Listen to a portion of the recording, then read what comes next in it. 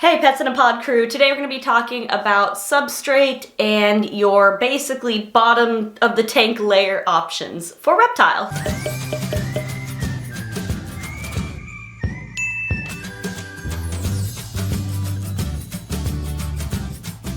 Hi everyone, I'm Taylor, you're watching Pets in a Pod, and today I wanted to talk about your substrate and flooring options for land-dwelling reptiles.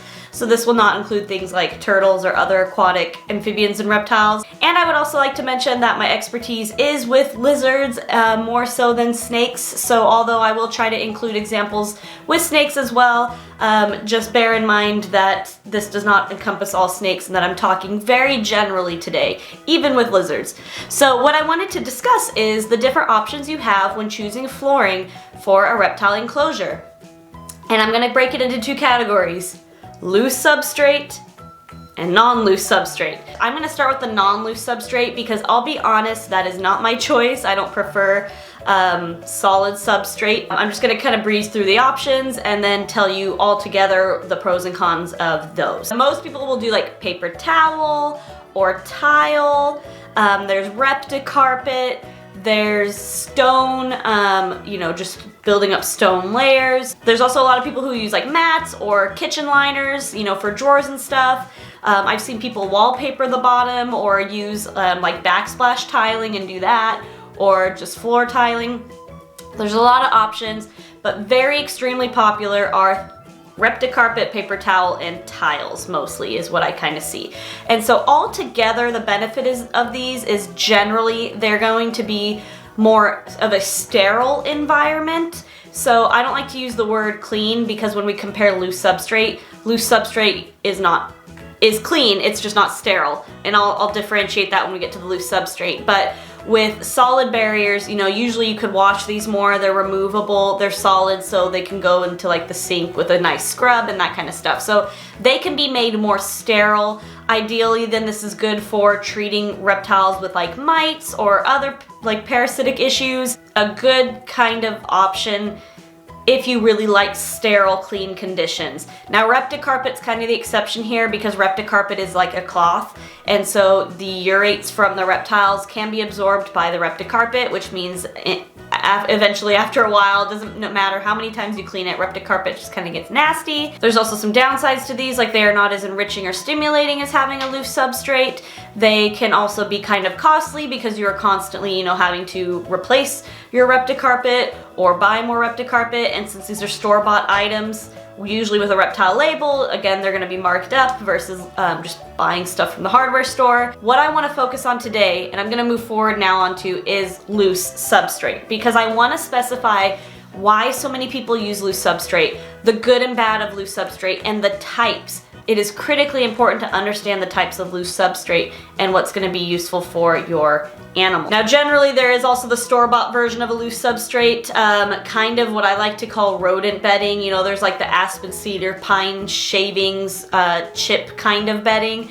This I would like to kind of include in the category of the solid floors. Even though these aren't solid, they are still meant to be more of that sterile environment. They can also kind of mold easily. So when I'm talking loose substrate, I'm talking soil, bark, moss, sand, some kind of combination of that.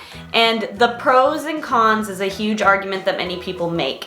The pros to loose substrate, in my opinion, far outweigh the cons. And there are things you can do to even further mitigate the cons. These cons are not guaranteed. So the cons, by far, number one that people are gonna argue against loose substrate for are impaction of reptiles. Impaction of reptiles refers to reptiles who consume large amounts of their soil substrate, whether it's soil, sand, or something else. It builds up in their stomach. There's no room for food. They can't pass it, and then they die due to starvation because their stomach is full of sand, for example. My counter argument to that is, in most cases, reptiles who are ingesting their substrate are on the wrong kind of substrate. It's very common knowledge now that Repti sand or calci sand is not good. Calci sand has calcium in it, and therefore reptiles, as we all know, need to be provided calcium. When you put a reptile on calci sand, they see that as a supplement. They see that as food and not sand, which is why they will consume it. So a lot of the times reptiles will be eating their substrate if you're not keeping them on the right kind. So no calci sand, okay? In any case condition, no calci sand. And I'd even like to take it a step further and say stay away from Reptile branded sands in general, unless you do your research and it is safe. But most Reptile branded sands have been like bleached or dyed or have stuff added into them, and they're not good, and this is why reptiles eat them, because they see it as a food, as a mineral source. Secondly, reptiles usually will start consuming their substrate if they have some kind of other diet deficiency, and this goes back to creating a proper diet. You want good variety in reptiles, you want to gut load your insects, you want to cover them in calcium and vitamins, providing proper UVB. So as long as your reptile has a healthy, well-rounded diet, and you use the proper soil, they're not going to eat it. Now some might still, right? There's always special cases. There are reptiles with disabilities that accidentally ingest soil or that just don't understand the concept of soil. That is very few compared to the many that can be kept on loose substrate. Every single one of my reptiles, which are just healthy, normal, adult reptiles, every single one on loose substrate. How do you know which one to pick? Now this will just come into research with your particular animal, so I'm going to tell you a couple of the options and you might be able to kind of decide for yourself which is best fitting. So if you have a reptile that is burrowing, if you have a very clearly burrowing lizard or snake, you want to go for a sand soil mixture.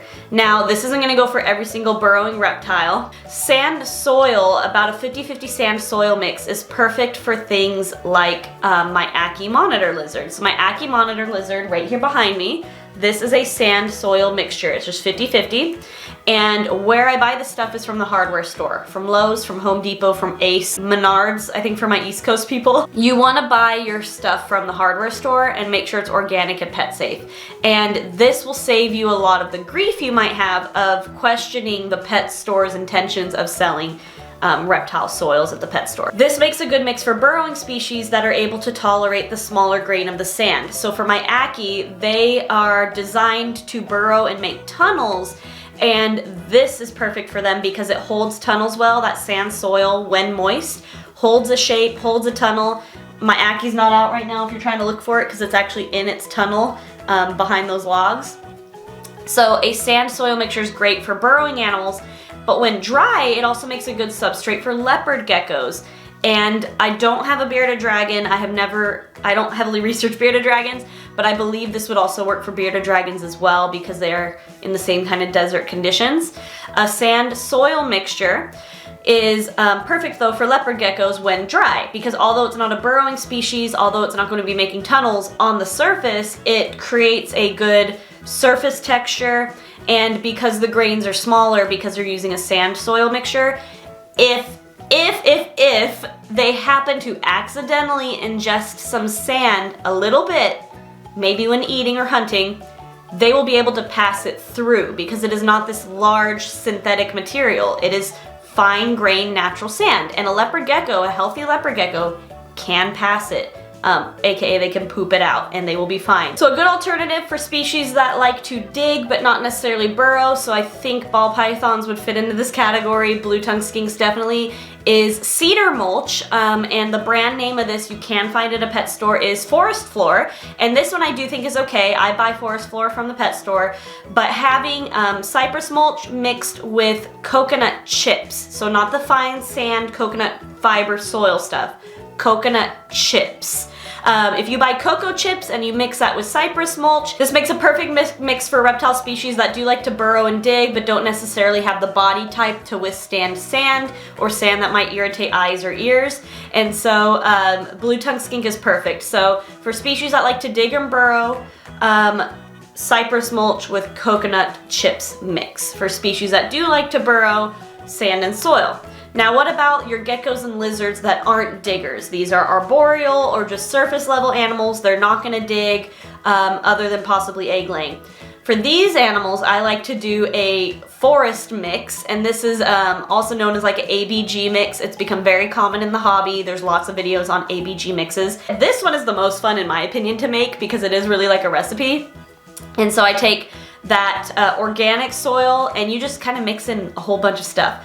Organic soil with like a little bit of sand mixed with a little bit of moss, with a little bit of charcoal, with a little bit of cocoa fiber, like just mixing all of it. I do have a list on how to mix this in my bioactive setup video, so I'll link that below if you want to see my specific mix, and also how to set up a bioactive setup. This is perfect for animals that aren't digging, and the reason you want to use this mix is because it does hold moisture well. It's great for planting in.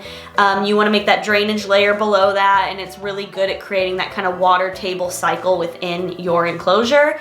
Bioactive or not, the loose soil in this enclosure is really awesome, and also you don't have to worry about animals ingesting it because arboreal animals don't typically go down and eat soil. And my last kind of soil suggestion, for those of you that might be interested, kind of going in between or maybe making a step from solid to loose, is try excavator clay. Excavator clay works excellent for many environments, although I wouldn't use it in a heavily humid environment. It does tend to kind of need to dry out. But excavator clay is safe for reptiles, intended for reptiles, and what it basically is it's a clay, so when dry, it's very sandy, very extremely sandy and dusty. But what you're supposed to do is wet it down and then form it into the floor shape you want it to be. You're gonna form it into that floor shape, and then when it dries, it will hold that floor shape and become rigid. So this is perfect for people kind of wanting for that naturalistic look, but are afraid to really dive into the loose soil. Excavator clay is great because you can form it into a solid surface, but it is made of natural materials and it will look natural. This is perfect for leopard geckos, uromastyx, bearded dragons. You could use it with an Ackie, although Ackies do need to burrow, so they will still need like a dig box of some kind. But if you're worried about the loose substrate thing, especially this is a big deal with leopard gecko and bearded dragon owners, try excavator clay. It will give you the natural look, but it will be a solid kind of rock-like texture almost. And I think that's where we're gonna wrap up because I don't want to make this video too long. I hope this has given you some ideas. If you need more specifics, or maybe if I need to make a part 2 to this video, go ahead and leave some comments that you have. You can also find me on TikTok and ask me there, and I will definitely make shorter little tidbit advice videos on TikTok around loose substrate. But I just wanted to make this video giving people ideas, kind of countering different arguments. Also, I did forget to talk about the whole like sterile versus clean. So my really quick opinion piece on that is loose soil is not sterile. It's not. It's just not going to be sterile. But it definitely still is clean, especially if you go bioactive. So again, watch the bioactive video I have if you haven't already. It will really clear up some questions, hopefully. But yeah, if you like videos like this, let me know. Leave a like. Subscribe if you're not already. I do post weekly every Friday, so I look forward to seeing you this next week, next Friday. And have a great week, guys. Bye!